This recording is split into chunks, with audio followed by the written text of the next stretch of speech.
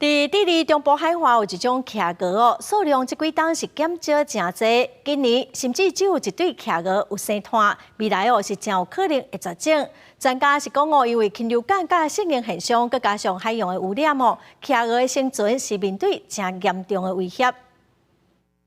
生长伫南美洲智利沿岸的红氏徛鹅，是少数会当伫寒冷洋流经过热带地区活动徛鹅。红氏徛鹅生态地主要分布伫南美洲智利甲秘鲁海岸。红氏徛鹅伫保护现状分类防治为强要消失的物种，目前现存族群大约32000只左右。Fue como la tormenta perfecta, porque fue la gripe aviar más el fenómeno del niño que desplazó toda la alimentación hacia la zona sur y por lo tanto en todo el norte de Chile la reproducción bajó casi a niveles cero y además de eso murieron muchos pingüinos por la combinación de gripe aviar. 受到外界环境影响，红氏徛鹅的繁殖交配数量，为去年的842对，降到今年只发现1对。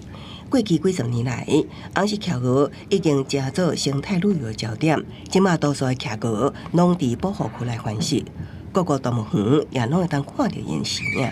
广西新闻台为您编译。